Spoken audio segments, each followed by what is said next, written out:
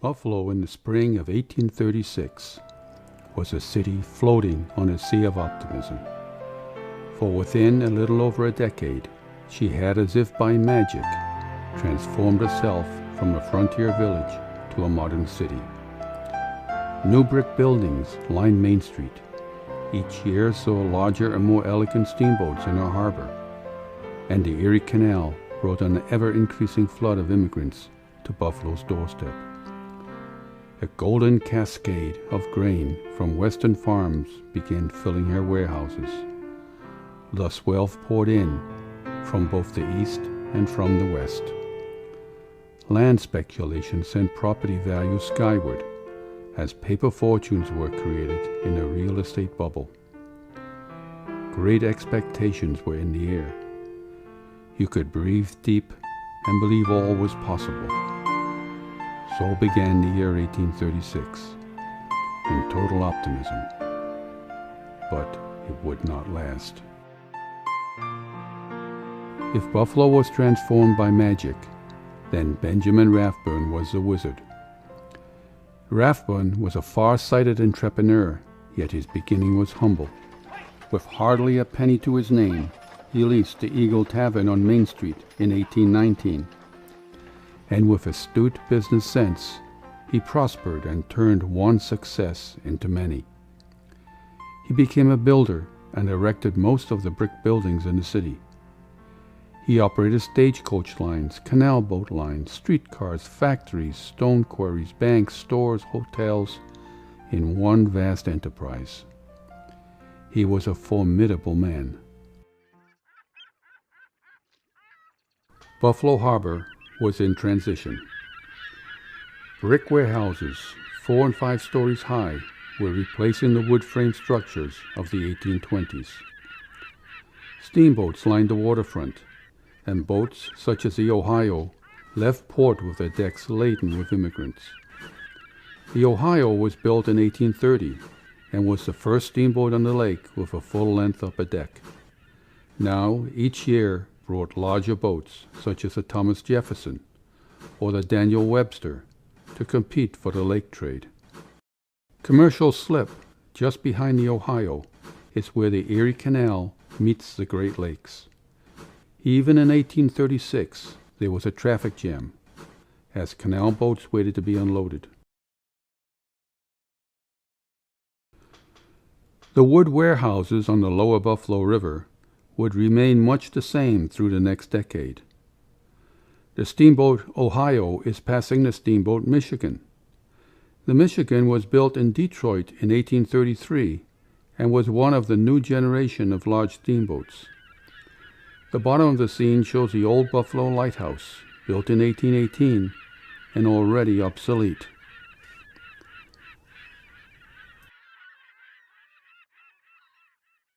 At the end of the breakwall stands the new lighthouse. Constructed in 1833, it still greets modern-day visitors to the harbor. On the right, waiting for a favorable wind, is a 3-masted ship, Julia Palmer. In 1825, the Erie Canal reached Buffalo. From New York City on the Hudson River to Buffalo Harbor on Lake Erie, the water highway now led to the Great Lakes and to the interior of the country. By avoiding the primitive roads of New York State, the Erie Canal cut the cost of shipping from New York City to Buffalo from $100 a ton to $4 a ton. Westward trade soon turned from a trickle into a torrent. With traffic flowed money, and Buffalo became wealthy. The harbor grew, new ships were built, and business prospects were boundless. By 1836, the Erie Canal in Buffalo was branching into a Venice-like system of secondary canals. The original Little Buffalo Creek was dredged for barge traffic. To Commercial Slip was added Thompson's Cut, Washington Street Canal, and Clark and Skinner Canal. The canal was straddled with numerous bridges, such as those at Washington and Main Street. The increased traffic of freight barges so a building frenzy of warehouses. Passenger barges brought thousands seeking accommodations while waiting for steamboats to the west. Hotels and boarding houses such as Huff's and Temperance House were at full capacity, and as eyewitnesses tell, of baggage and trunks piled high in the streets.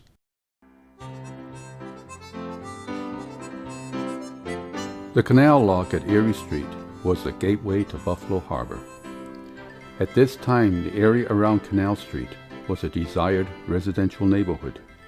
However, by the 1850s, these streets would be notorious for crime and villainy. The Buffalo and Niagara Railroad was another Rathbun project. Starting in 1835, Rathbun built the roadbed, bridges, and cars for the train.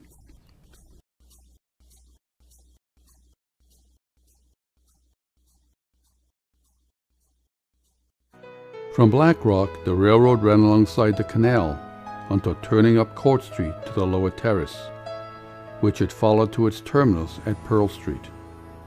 For Buffalonians, the railroad was a source of great pride. Its presence was proof that the city was as modern as anything back east.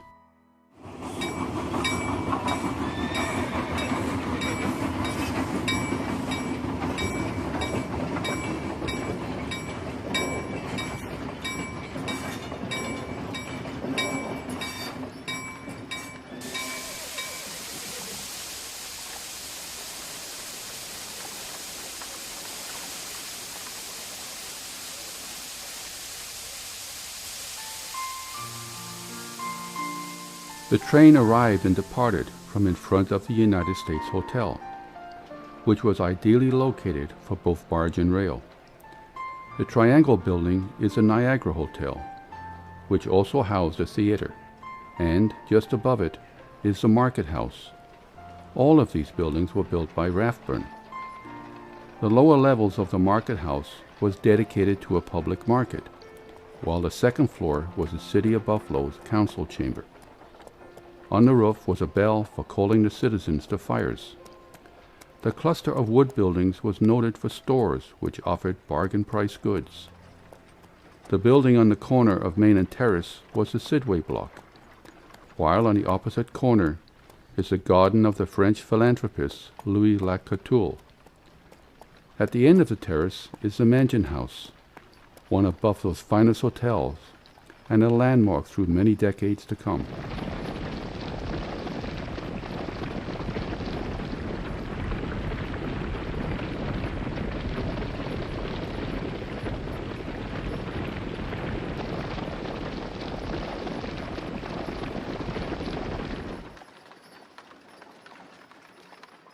In the 1830s, the terrace formed a steep slope at Main Street. In winter, it was known for good sledding by the children of the town. However, years of street grading have reduced the slope so that today it's hard to see any evidence of it at all. Churches such as St. Paul's Episcopal, known at the time as Old Blue, and the Old First Presbyterian were the first large churches in the city. They were located at the confluence of Main, Church, Niagara, and Erie Streets. The empty block is the site for Rathbun's Buffalo Exchange Building. The Exchange Building epitomized the unquenchable optimism in Buffalo at this time. The Exchange Building, when completed, would have occupied the whole block and have dominated the Buffalo skyline for years to come. Her dome would have risen 222 feet above the ground. To grasp the magnitude of this undertaking, consider that the U.S. Capitol building in Washington, D.C. stands 288 feet above the ground. However, some of that is a 60-foot Statue of Freedom and her pedestal. When placed alongside each other, the domes of these two buildings are of similar height. Unfortunately, the work came to a halt during the summer of 1836 as Rathbun's financial empire collapsed in a tangled web of paper assets, fraud, and forgery. The courthouse sat at the site of the present-day Central Library. It was built in 1816, and by 1836, columns had been added to give it a more dignified appearance. The building to the rear is the jail. It was pure irony that Rathbun was held in a jail that he himself had built 2 years earlier. The large building with the dome is Rathbun's New American Hotel. It's claimed that Rathbun could hear the grand opening celebration from his prison 2 blocks away. The Eagle Theater was considered unsurpassed by any theater in the United States. It had 4 tiers of balconies and made its own gas for lighting. The Darrow Block was a good example of Buffalo's high-end apartment buildings. All these buildings, and a few others as shown, had been designed and constructed by Rathbun. The wealth generated by Buffalo's unique economy was being reflected by the large estates that were scattered around the city. Far up Main Street was the Goodrich estate, while at Main and Tupper was the Townsend mansion. On Delaware was the unique Johnson Cottage, and down at Niagara Square was a bouquet of abodes, such as the Barton House, Sizer, Austin, and Wilkerson Mansion. On the other side of town was the Bennett Estate and the mansions on Swan Street.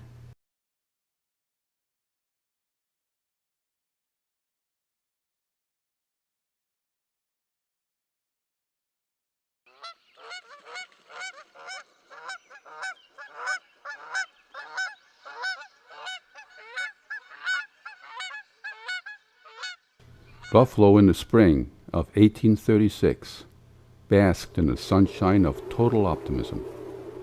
But a storm was approaching that would shatter dreams and bring financial ruin to many. When Benjamin Rathbun was arrested in August of 1836 on charges of fraud and forgery, his empire imploded with the suddenness of a soap bubble. The whole city came to a halt as leading citizens tried to discern reality from the paper web of worthless bonds and loans. Even more woe was in store for the city, for following on this devastating tempest was the National Depression of 1837. It would be years before Buffalo was entangled from the Rathbun fiasco and could resume her fair weather climb to prosperity.